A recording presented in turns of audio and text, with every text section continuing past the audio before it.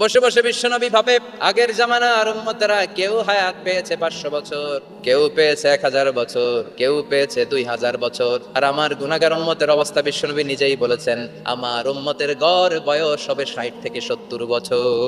আমার উম্মতেরা 60 থেকে 70 এর মধ্যে মরে যাবে, আর আগের উম্মতেরা 500-700 বছরে ইবাদত করে করে ওরা তো আগে জান্নাতে চলে যাবে। কি কষ্ট বিশ্বনবীর হৃদয়ের ভিতরে। আল্লাহ বললেন, নবী টেনশন নিয়েন না, আগের উম্মতেরা হায়াত পেয়েছে 1000 বছর, 1500 বছর বেশি ইবাদত করেছে, আপনার উম্মতেরা হায়াত পাবে 60 বছর, 70 বছর। কিন্তু এমন জিনিস এখন আপনারে দিয়ে দেব, আপনার উম্মত সব উম্মতের উপর ফাস্ট হয়ে যাবে।